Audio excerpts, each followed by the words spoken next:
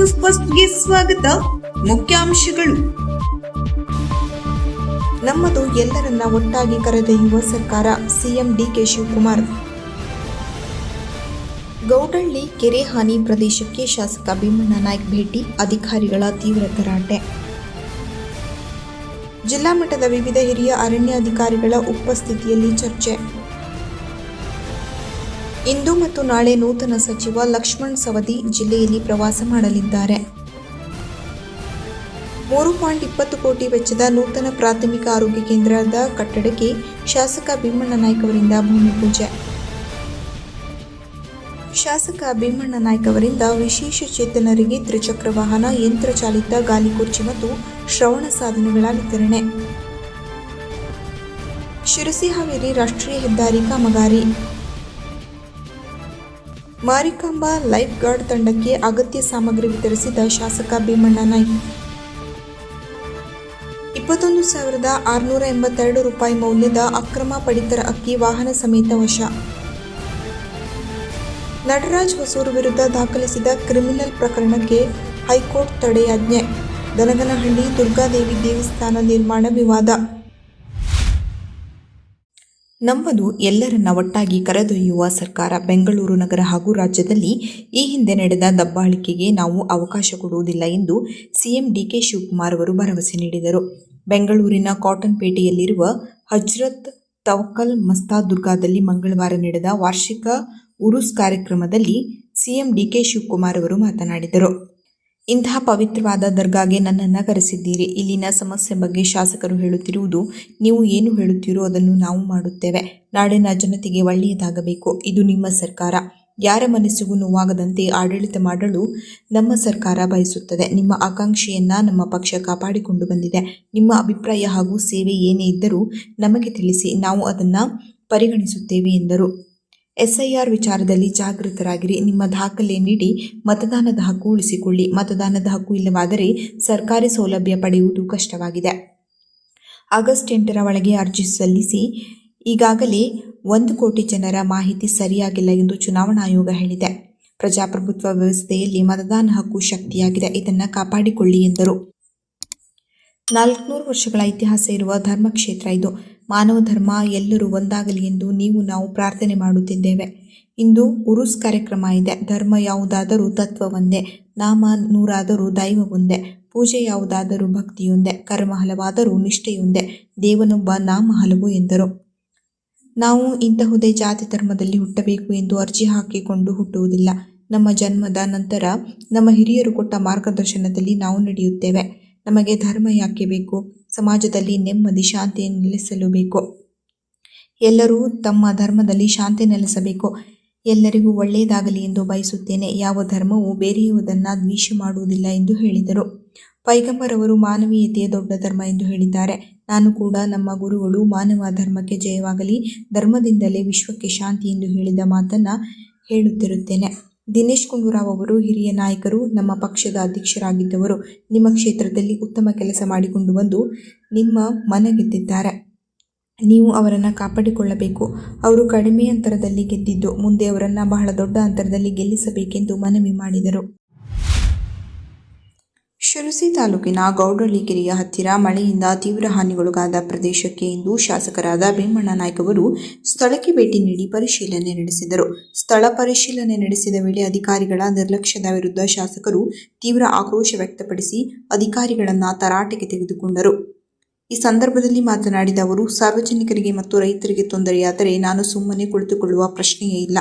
ತಕ್ಷಣವೇ ಈ ಸಮಸ್ಯೆಯನ್ನು ಶಾಶ್ವತವಾಗಿ ಪರಿಹರಿಸಿ ಕೈಗೊಂಡ ಕ್ರಮಗಳ ಕುರಿತು ನನಗೆ ಮಾಹಿತಿ ನೀಡಬೇಕು ಎಂದು ಸಂಬಂಧಪಟ್ಟ ಅಧಿಕಾರಿಗಳಿಗೆ ಕಟುವಾಗಿ ಸೂಚನೆ ನೀಡಿದರು. ಕಾನೂನು ಬಾಹಿರವಾಗಿ ಅರಣ್ಯವಾಸಿಗಳನ್ನು ಸಾಗುವಳಿ ಕ್ಷೇತ್ರದಿಂದ ಬಲ ಪ್ರಯೋಗದ ಮೂಲಕ ಒಕ್ಕಲೆಬ್ಬಿಸುವುದಿಲ್ಲ. ಅರಣ್ಯ ಹಕ್ಕು ಕಾಯ್ದೆಯಲ್ಲಿ ಅರ್ಜಿ ಸಲ್ಲಿಸಿದ ಅರಣ್ಯವಾಸಿಗಳನ್ನು ಗಂಭೀರವಾಗಿ ಪರಿಗಣಿಸಿ ಸರ್ಕಾರದ ಆದೇಶ ಪ್ರಕಾರ ಒಕ್ಕಲೆಬ್ಬಿಸುವಿಕೆ 2015ರ ನಂತರದ ಅತಿಕ್ರಮಣಕ್ಕೆ ಮಾತ್ರ ಸೀಮಿತಗೊಳಿಸಲಾಗುವುದು ಹಾಗೂ 1978ರ ಪೂರ್ವ ಮಂಜೂರಿಗೆ ಬಿಟ್ಟು ಹೋದ ಪ್ರಕರಣಕ್ಕೆ ಸರ್ಕಾರದೊಂದಿಗೆ ಸಮಾಲೋಚನೆ ಜರುಗಿಸಲಾಗುವುದು ಎಂದು ಮುಖ್ಯ ಅರಣ್ಯ ಸಂರಕ್ಷಣಾಧಿಕಾರಿ ಟಿ ಹೀರಾಲಾಲ್ ಅವರು ಹೇಳಿದರು. ಅವರ ಅಧ್ಯಕ್ಷತೆಯಲ್ಲಿ ಅರಣ್ಯ ಭೂಮಿ ಹಕ್ಕು ಹೋರಾಟಗಾರರ ವೇದಿಕೆಯ ಅಧ್ಯಕ್ಷರಾದ ರವೀಂದ್ರ ನಾಯ್ಕ ಅವರು ನೇತೃತ್ವದಲ್ಲಿ ಬುಧವಾರ ಶಿರಸಿ ಉಪ ಅರಣ್ಯ ಸಂರಕ್ಷಣಾಧಿಕಾರಿ ಕಚೇರಿಯಲ್ಲಿ ಜಿಲ್ಲಾ ಮಟ್ಟದ ಅರಣ್ಯವಾಸಿಗಳ ಸಮಾಲೋಚನೆ ಸಭೆಯಲ್ಲಿ ಚರ್ಚೆ ನಡೆಯಿತು.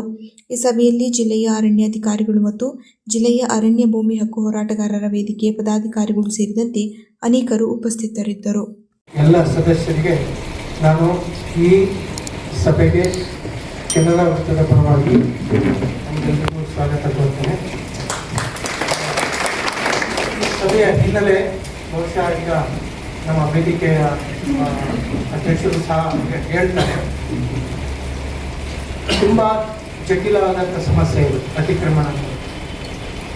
ಅತಿಕ್ರಮಣ ನೂರಾರು ವರ್ಷಗಳಿಂದ ನಡೆದ ಬಂದಿರತಕ್ಕಂಥ ಒಂದು ಘಟನಾವಳಿ. ಇದಕ್ಕೆ ಸಂಬಂಧಿಸಿದಂತೆ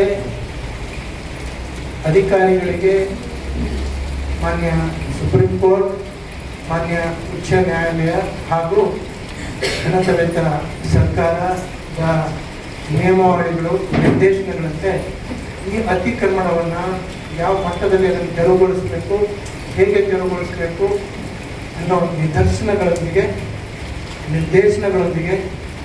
ನಾವೇನು ಇವತ್ತು ಅಧಿಕಾರಿಗಳು ಅತಿಕ್ರಮಗಳನ್ನು ತೆರವುಗೊಳಿಸಲಿಕ್ಕೆ ಕ್ರಮ ಕೈಗೊಳ್ತಾ ಇದ್ದೀವಿ as per rules and direction of honourable court.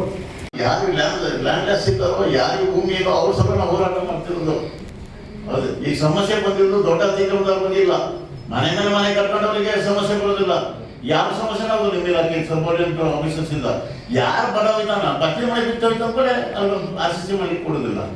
4 ಜನ ಕುಟುಂಬ ಇರ್ತಾರೆ, ಒಂದು ಮದುವೆ ಆಯ್ತು ಅಂದ್ಕೊಳ್ಳೆ ಒಂದು ಎಕ್ಸ್ಟ್ರಾ ಮನೆ ಕಟ್ಟಿ ತಗೊಂಡಿಲ್ಲ. ಈ ಸಮಸ್ಯೆ ಅಂತ ಜನ ಬರುವ ನಮ್ಮ ವಾದ ಸ್ಪಷ್ಟ ಹೇಳ್ತಾರೆ. ಗಂಭೀರವಾಗಿ ಪರಿಗಣಿಸಿ ಮಾಡ್ಕೋಬೇಕು.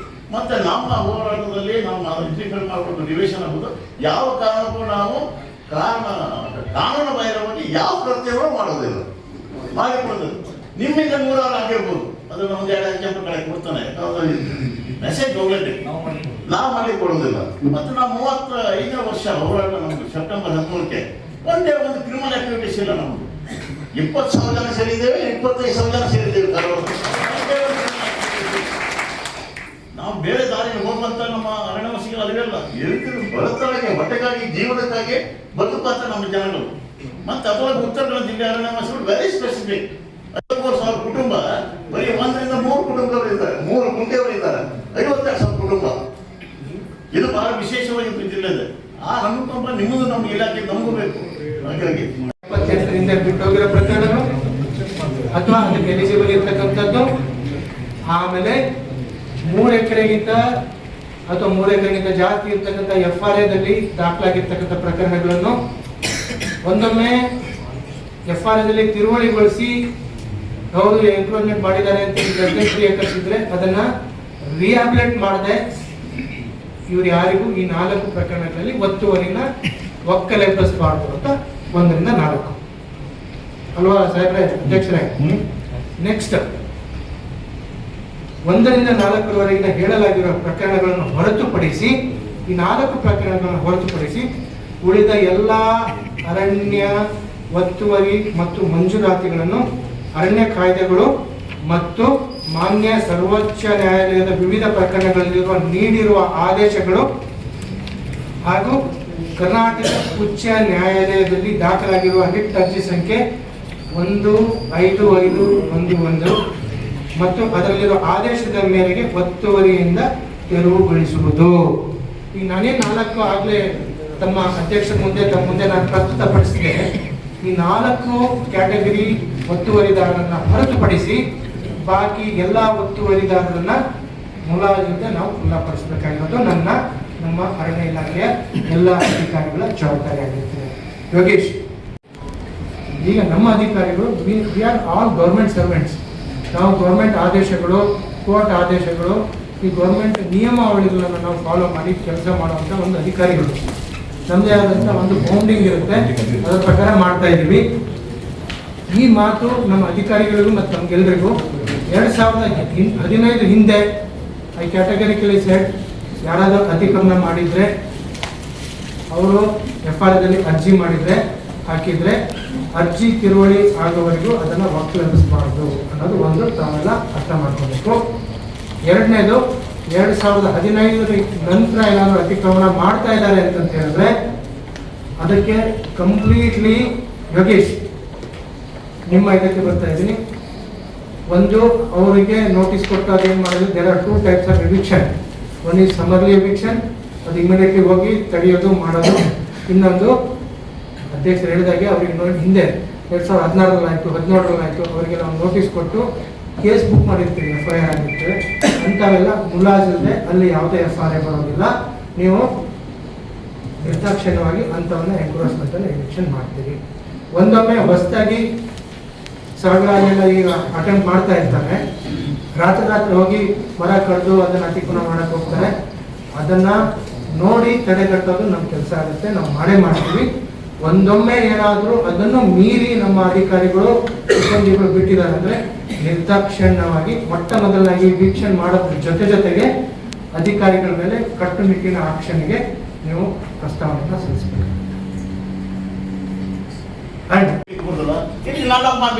ನಮ್ಮ ಹೋರಾಟದ ಉದ್ದೇಶ ಅಲ್ಲ ಅದು. ರಾಜ್ಯ ಸರ್ಕಾರ ಆದೇಶ ಮಾಡಿದ್ದೆ ಅಕ್ಕೇಶಿ ಗಿಡ ನೆಡಬಾರ್ದು ಅಂತೇಳಿ ಮೊನ್ನೆ ತನಕ ಸಿದ್ದಾಪುರ ಅದೇ ಮೇಡಮ್ ನೋಡ್ತಿಲ್ಲ. ಅವಾಗ ಅವ್ರಿಗೆ ಕಾನೂನಿಲ್ವಾ ಅಂದರೆ ಕೇಳ್ಬೇಕಾಗ್ತದಲ್ಲ. 10 ವರ್ಷ ಆಯ್ತು ಅಕ್ಕೇಶಿ ನೆಡಬಾರ್ದು ಅಂತ. ದೇವರಲ್ಲಿ ಕಟ್ತಾ ಇದ್ದಾರೆ, ಮತ್ತೆ ಬೇರೆ ಕಡೆ ಮಾಡ್ತಾ ಇದ್ದಾರೆ, ಎಲ್ಲ ವಿಡಿಯೋಸ್ ಇದೆ. ದಟ್ ಆಲ್ಸೋ ಅದನ್ನ ಪ್ರಾಪರ್ ವೇದಲ್ಲಿ ನಾವು ನೋಡ್ಕೊಳ್ತೇವೆ. ಗಿಡ ನೋಡೋದು ಸರ್ಕಾರ ತೀರ್ಮಾನ ಮಾಡ್ತದೆ, ತನಿಖೆ ಮಾಡ್ಬೋದು. ಅಥವಾ ಅಕೇಶಿ ಗಿಡ ಸಂಬಂಧಪಟ್ಟಂತಿದ್ರೆ ಅದು ಕ್ರಮ ತಗೊಳ್ತದೆ, ಅದಕ್ಕೂ ನಾವು ಅಪ್ರೋಚ್ ಮಾಡ್ತೇವೆ. ನಾವು ಮಾಡಲೇಬಾರ್ದು ಅಂತ ಹೇಳಿ ಗೆಜೆಟ್ ನೋಟಿಫಿಕೇಶನ್ ಮಾಡಿದ್ದಾರೆ. ಯಾಕ್ಟು ಅರಣ್ಯ ಸಂರಕ್ಷಣಾ ಕಾಯ್ದೆಯಲ್ಲಿ ಸೆಕ್ಷನ್ 27A ತಿದ್ದುಪಡಿ ಆಗಿದೆ. ಮಾಡಬಾರ್ದು ಅಂತ ಹೇಳಿ ಎಷ್ಟು ವರ್ಷ ಆಯಿತು? 10 ವರ್ಷ ಆಗಿದೆ. ಗೆಜೆಟ್ ನೋಟಿಫಿಕೇಶನ್ ಆಯ್ತು 2017 ಮಾರ್ಚ್ನಲ್ಲಿ, ಫೆಬ್ರವರಿ 16ನೇ ತಾರೀಕು ಇರಬೇಕು. ಅಕೇಶಿ ಗಿಡ ಬ್ಯಾನ್ ಆಗಿದೆ, ಮಲೆನಾಡು ಮಾಡಬಾರ್ದು ಅಂತ. ಅದು ಯಾವುದು ಕಾಯ್ದೆ ಕಾನೂನು ಇಲ್ವಾ? ಇವತ್ತು 17 ಆರ್ಡರ್ ಆಗಿದೆ ಸಿದ್ದಾಪುರದ್ದು. 20ಕ್ಕೆ ವೀಕ್ಷಣೆ ಹೋಗ್ಲಿಕ್ಕೆ ಪೊಲೀಸರು 2 ಕೇಳ್ತಾರೆ. ಅದಕ್ಕೆ ನೀವು ಎಸ್ ಪಿ ಮೇಡಮ್ ಬರ್ಲಿಕ್ಕೆ ಕೇಳೋದಾಗಿತ್ತು. 120 ಜನ ಕಳಿಸ್ತೀರಿ ನೀವು. ಏನಾದ್ರು ಕಳಿಸೋದು ಏನಾದ್ರು ಕಾಯ್ದೆ ಕಾನೂನು ಇಲ್ವಾ? ಏನು ಸಾಮಾನ್ಯವಾಗಿ ನಾ ಕೇಳ್ತಿರೋದು ಎನಿ ಫಿಸಿಕಲ್. ಇವತ್ತು ಉತ್ತರ ಕನ್ನಡ ಜಿಲ್ಲೆ ರೈತರ ವೇದಿಕೆ ಏನು ಅರಣ್ಯ ಅತಿಕ್ರಮಣ ವಿಮೋಚನಾ ವೇದಿಕೆ ಏನಿದೆಯಲ್ಲ ಅವರೆಲ್ಲ ಇವತ್ತೊಂದು ಸಭೆ ಕರೆದಿದ್ವಿ. ಅವರ ಸಮಸ್ಯೆಗಳನ್ನು ಬಗೆಹರಿಸೋದು. ಈಗ 2015 ಅಲ್ಲಿ 2 ಸರ್ಕಾರದ ಗೌರ್ಮೆಂಟ್ ಆರ್ಡರ್ ಬಂದಿದೆ. ಅದರ ಪ್ರಕಾರ ಅದನ್ನು ಹೊರತುಪಡಿಸಿ ನಮಗೆ ದೌರ್ಜನ್ಯದಿಂದ ಅತಿಕ್ರಮಣನ ಪಡಿಸ್ತಾ ಇದ್ದಾರೆ ಅನ್ನೋದು ಒಂದು ಸಮಸ್ಯೆ ಇತ್ತು. ಆ ಸಮಸ್ಯೆ ಬಗೆಹರಿಸಲಿಕ್ಕೆ ಒಂದು ಸಭೆಯನ್ನು ಆಯೋಜಿಸಿದ್ವಿ. ಈ ಸಭೆಯಲ್ಲಿ ಎಲ್ಲ ರೈತರು, ಉತ್ತರ ಕನ್ನಡ ಜಿಲ್ಲೆಯ ಸುಮಾರು ಒಂದು 150 ಜನ ರೈತರು ಬಂದು ಸಮಸ್ಯೆಗಳನ್ನು ಹೇಳಿದರೆ ಆ ಸಮಸ್ಯೆಗಳನ್ನು ಬಗೆಹರಿಸಿದ್ದೀವಿ. ನಾವು ಅರಣ್ಯ ಇಲಾಖೆಯವರು ಏನು 13/3/2015 ಮತ್ತು 21/9/2015 ಏನು ಗೌರ್ಮೆಂಟ್ ಆರ್ಡರ್ ಬಂದಿದೆ ಅದರ ಪ್ರಕಾರ ನಾವು ಅತಿಕ್ರಮಣಗಳನ್ನು ದಾಖಲಿಸೋದು ಮತ್ತು ಅತಿಕ್ರಮಣಗಳನ್ನು ಪೂರ್ಣಪಡಿಸೋದ್ರ ಬಗ್ಗೆ ಕ್ರಮ ಕೈಗೊಳ್ತೀವಿ ಅನ್ನೋದನ್ನು ಅವರಿಗೆ ಮನವರಿಕೆ ಮಾಡಿ ಅವರ ಸಮಸ್ಯೆಗಳಿಗೆ ಸ್ಪಂದಿಸಿ ಈ ಸಭೆಯನ್ನು ನಾವು ಇವತ್ತು ತಗೊಂಡಿದ್ದೀವಿ, ಅದನ್ನು ಮುಗಿಸಿದ್ದೀವಿ.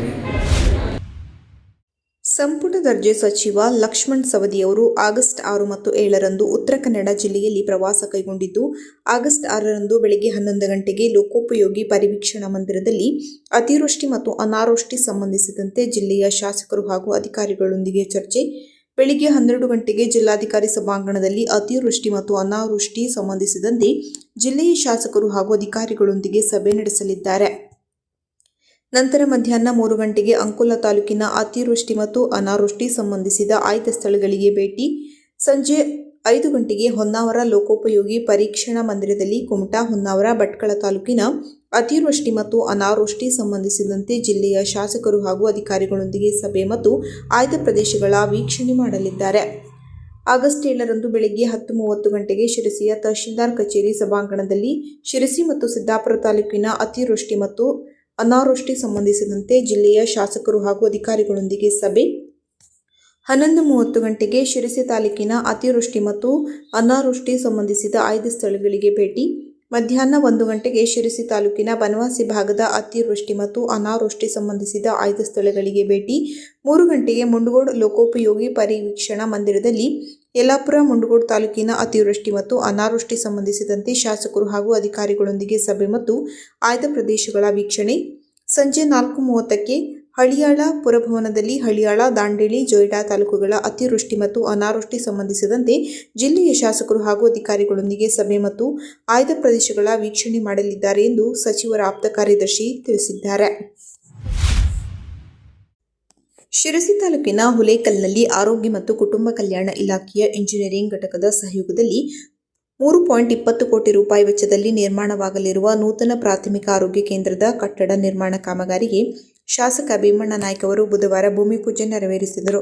ಕಾರ್ಯಕ್ರಮ ಉದ್ದೇಶಿಸಿ ಮಾತನಾಡಿದ ಅವರು, ಗ್ರಾಮೀಣ ಭಾಗದ ಜನರಿಗೆ ಗುಣಮಟ್ಟದ ಉಚಿತ ಆರೋಗ್ಯ ಸೇವೆ ಸಿಗಬೇಕು ಎಂಬುದು ನಮ್ಮ ಸರ್ಕಾರದ ಪ್ರಮುಖ ಆದ್ಯತೆಯಾಗಿದೆ. ಹುಲೇಕಲ್ ಹಾಗೂ ಸುತ್ತಮುತ್ತಲಿನ ಹಳ್ಳಿಗಳ ಗ್ರಾಮಸ್ಥರಿಗೆ ಅನುಕೂಲವಾಗುವಂತೆ ಆಧುನಿಕ ಸೌಲಭ್ಯಗಳನ್ನೊಳಗೊಂಡ ನೂತನ ಆಸ್ಪತ್ರೆ ಕಟ್ಟಡದ ಕಾಮಗಾರಿಯನ್ನು ಶೀಘ್ರದಲ್ಲಿಯೇ ಪೂರ್ಣಗೊಳಿಸಿ ಸಾರ್ವಜನಿಕರ ಸೇವೆಗೆ ಮುಕ್ತಗೊಳಿಸಲಾಗುವುದು ಎಂದರು. ಕಾಮಗಾರಿಯನ್ನು ನಿಗದಿತ ಅವಧಿಯಲ್ಲಿ ಅತ್ಯಂತ ಗುಣಮಟ್ಟದಿಂದ ಪೂರ್ಣಗೊಳಿಸುವಂತೆ ಸಂಬಂಧಪಟ್ಟ ಎಂಜಿನಿಯರಿಂಗ್ ಅಧಿಕಾರಿಗಳು ಹಾಗೂ ಗುತ್ತಿಗೆದಾರರಿಗೆ ಶಾಸಕರು ಇದೇ ವೇಳೆ ಕಟ್ಟುನಿಟ್ಟಿನ ಸೂಚನೆ ನೀಡಿದರು. ಈ ಸಂದರ್ಭದಲ್ಲಿ ಆರೋಗ್ಯ ಮತ್ತು ಕುಟುಂಬ ಕಲ್ಯಾಣ ಇಲಾಖೆಯ ಅಧಿಕಾರಿಗಳು, ಇಂಜಿನಿಯರಿಂಗ್ ವಿಭಾಗದ ಸಿಬ್ಬಂದಿ ಹಾಗೂ ಹುಲೇಕಲ್ ಗ್ರಾಮದ ಪ್ರಮುಖರು ಮತ್ತು ಸಾರ್ವಜನಿಕರು ಉಪಸ್ಥಿತರಿದ್ದರು. ಇಂದು ತಾಲೂಕು ಪಂಚಾಯತ್ ಆವರಣದಲ್ಲಿ ಶಿರಸಿ ಸಿದ್ದಾಪುರ ಕ್ಷೇತ್ರದ ಶಾಸಕರಾದ ಭೀಮಣ್ಣ ಟಿ ನಾಯ್ಕ ಅವರ ನೇತೃತ್ವದಲ್ಲಿ ತಾಲೂಕು ಪಂಚಾಯತ್ 2025-26ನೇ ಸಾಲಿನ ಅನಿರ್ಬಂಧಿತ ಅನುದಾನ ಹಾಗೂ ಜಿಲ್ಲಾ ಪಂಚಾಯತ್ ಅನುದಾನದಡಿ ವಿಶೇಷ ಚೇತನರಿಗೆ ತ್ರಿಚಕ್ರ ವಾಹನ, ಯಂತ್ರಚಾಲಿತ ಗಾಲಿ ಕುರ್ಚಿ ಮತ್ತು ಶ್ರವಣ ಸಾಧನ ಹಾಗೂ ಅಂಗನವಾಡಿ ಕಟ್ಟಡಗಳಿಗೆ ಆಹಾರ ಶೇಖರಣಾ ಡಬ್ಬಿಗಳನ್ನು ವಿತರಿಸಿ ಶುಭಾಶಯ ಕೋರಿದರು. ಈ ಸಂದರ್ಭದಲ್ಲಿ ತಾಲೂಕು ಪಂಚಾಯತ್ ಆಡಳಿತಾಧಿಕಾರಿಗಳಾದ ಬಿಪಿ ಸತೀಶ್, ಕಾರ್ಯನಿರ್ವಾಹಕ ಅಧಿಕಾರಿಗಳಾದ ಚನ್ನಬಸಪ್ಪ ಹಾವಣಗಿ, ಗ್ಯಾರಂಟಿ ಯೋಜನಾ ಪ್ರಾಧಿಕಾರದ ಜಿಲ್ಲಾಧ್ಯಕ್ಷರಾದ ಸತೀಶ್ ನಾಯ್ಕ್, ಗ್ಯಾರಂಟಿ ಯೋಜನಾ ಪ್ರಾಧಿಕಾರದ ಅಧ್ಯಕ್ಷರಾದ ಸುಮಾ ಉಗ್ರಾಣ್ಕರ್ ಹಾಗೂ ಮಹಿಳಾ ಮತ್ತು ಮಕ್ಕಳ ಕಲ್ಯಾಣ ಇಲಾಖೆಯ ಅಧಿಕಾರಿಗಳು ಹಾಗೂ ತಾಲೂಕು ಪಂಚಾಯತ್ ಅಧಿಕಾರಿಗಳು ಮತ್ತು ಸಿಬ್ಬಂದಿಗಳು ಹಾಜರಿದ್ದರು.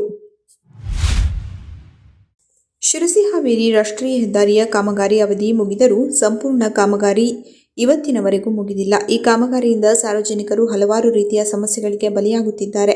ಈಗಾಗಲೇ ಹಲವಾರು ಜನ ವಾಹನ ಸವಾರರು ಬಿದ್ದು ಮೃತಪಟ್ಟ ಪ್ರಸಂಗಗಳು ನಡೆದಿವೆ. ಹಾಗಾದರೆ ಸಾರ್ವಜನಿಕರ ಗೋಳು ಕೇಳುವವರು ಯಾರು ಎಂದು ಇಲ್ಲಿನ ಸ್ಥಳೀಯ ಸಾರ್ವಜನಿಕರು ರಾಷ್ಟ್ರೀಯ ಹೆದ್ದಾರಿ ಪ್ರಾಧಿಕಾರಕ್ಕೆ ಹಾಗೂ ಸಂಬಂಧಿಸಿದ ಅಧಿಕಾರಿಗಳಿಗೆ ಮತ್ತು ಸ್ಥಳೀಯ ಸಂಸದರಿಗೆ ರಸ್ತೆ ಸರಿಪಡಿಸುವಂತೆ ಹಾಗೂ ನೀರು ಸರಾಗವಾಗಿ ಹರಿದು ಹೋಗಲು ಸಿಡಿ ನಿರ್ಮಾಣ ಮಾಡಬೇಕೆಂದು ಇಲ್ಲಿನ ಸ್ಥಳೀಯ ಗೌಡಳ್ಳಿ ನಿವಾಸಿಗಳು ಒತ್ತಾಯಿಸಿದ್ದಾರೆ.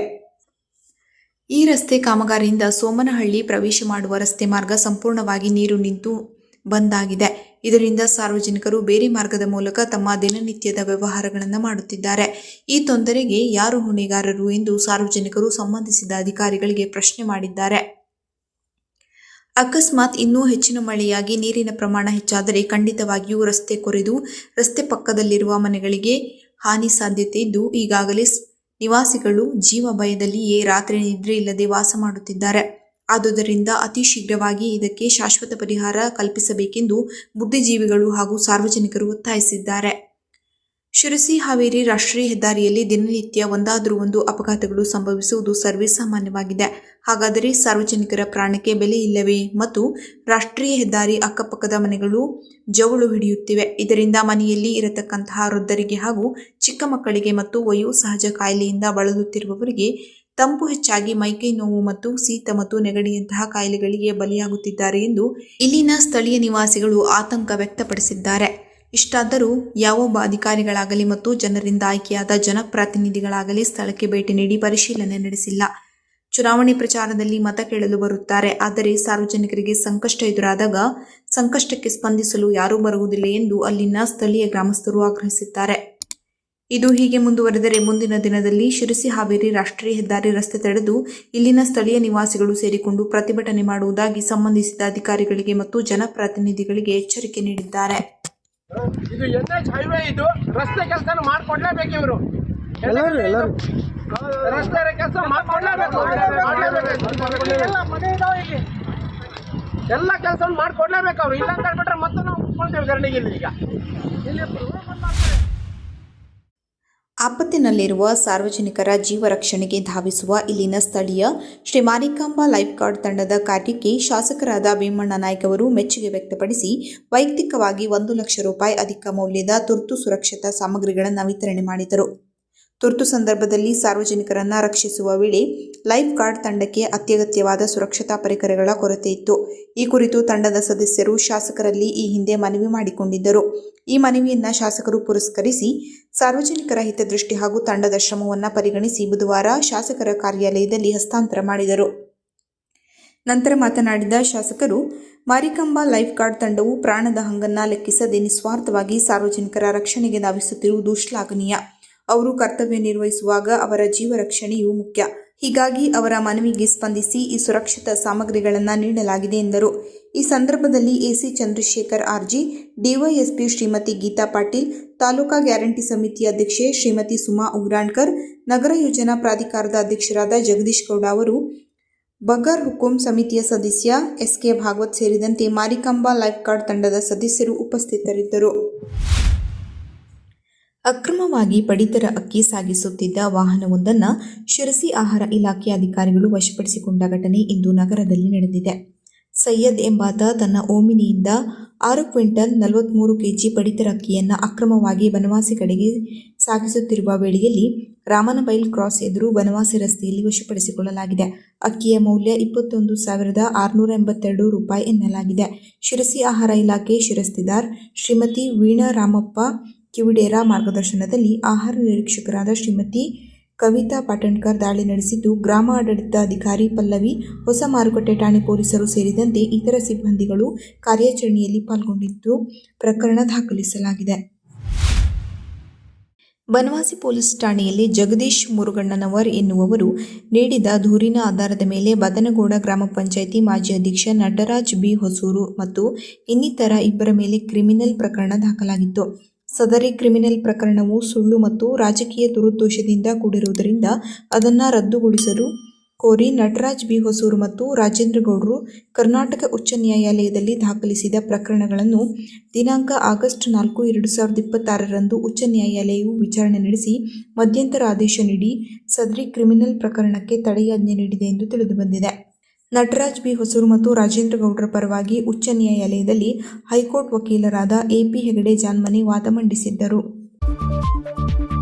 ಕೊನೆಯಲ್ಲಿ ಮತ್ತೊಮ್ಮೆ ಮುಖ್ಯಾಂಶಗಳು. ನಮ್ಮದು ಎಲ್ಲರನ್ನ ಒಟ್ಟಾಗಿ ಕರೆದೊಯ್ಯುವ ಸರ್ಕಾರ, ಸಿಎಂ ಡಿಕೆ ಶಿವಕುಮಾರ್. ಗೌಡಹಳ್ಳಿ ಕೆರೆ ಹಾನಿ ಪ್ರದೇಶಕ್ಕೆ ಶಾಸಕ ಭೀಮಣ್ಣ ನಾಯ್ಕ ಭೇಟಿ, ಅಧಿಕಾರಿಗಳ ತೀವ್ರ ತರಾಟೆ. ಜಿಲ್ಲಾ ಮಟ್ಟದ ವಿವಿಧ ಹಿರಿಯ ಅರಣ್ಯಾಧಿಕಾರಿಗಳ ಉಪಸ್ಥಿತಿಯಲ್ಲಿ ಚರ್ಚೆ. ಇಂದು ಮತ್ತು ನಾಳೆ ನೂತನ ಸಚಿವ ಲಕ್ಷ್ಮಣ್ ಸವದಿ ಜಿಲ್ಲೆಯಲ್ಲಿ ಪ್ರವಾಸ ಮಾಡಲಿದ್ದಾರೆ. 3.20 ಕೋಟಿ ವೆಚ್ಚದ ನೂತನ ಪ್ರಾಥಮಿಕ ಆರೋಗ್ಯ ಕೇಂದ್ರದ ಕಟ್ಟಡಕ್ಕೆ ಶಾಸಕ ಭೀಮಣ್ಣ ನಾಯ್ಕ ಅವರಿಂದ ಭೂಮಿ ಪೂಜೆ. ಶಾಸಕ ಭೀಮಣ್ಣ ನಾಯ್ಕ ಅವರಿಂದ ವಿಶೇಷ ಚೇತನರಿಗೆ ತ್ರಿಚಕ್ರ ವಾಹನ, ಯಂತ್ರ ಚಾಲಿತ ಗಾಲಿ ಕುರ್ಚಿ ಮತ್ತು ಶ್ರವಣ ಸಾಧನಗಳ ವಿತರಣೆ. ಶಿರಸಿ ಹಾವೇರಿ ರಾಷ್ಟ್ರೀಯ ಹೆದ್ದಾರಿ ಕಾಮಗಾರಿ. ಮಾರಿಕಾಂಬಾ ಲೈಫ್ ಗಾರ್ಡ್ ತಂಡಕ್ಕೆ ಅಗತ್ಯ ಸಾಮಗ್ರಿ ವಿತರಿಸಿದ ಶಾಸಕ ಭೀಮಣ್ಣ ನಾಯ್ಕ. 21,682 ರೂಪಾಯಿ ಮೌಲ್ಯದ ಅಕ್ರಮ ಪಡಿತರ ಅಕ್ಕಿ ವಾಹನ ಸಮೇತ ವಶ. ನಟರಾಜ್ ಹೊಸೂರು ವಿರುದ್ಧ ದಾಖಲಿಸಿದ ಕ್ರಿಮಿನಲ್ ಪ್ರಕರಣಕ್ಕೆ ಹೈಕೋರ್ಟ್ ತಡೆಯಾಜ್ಞೆ. ದನಗನಹಳ್ಳಿ ದುರ್ಗಾದೇವಿ ದೇವಸ್ಥಾನ ನಿರ್ಮಾಣ ವಿವಾದ. ಕದಂಬ ನ್ಯೂಸ್ ಫಸ್ಟ್, ನಿರ್ಭೀತಿಯಿಂದ ನಿಮ್ಮ ಪರವಾಗಿ.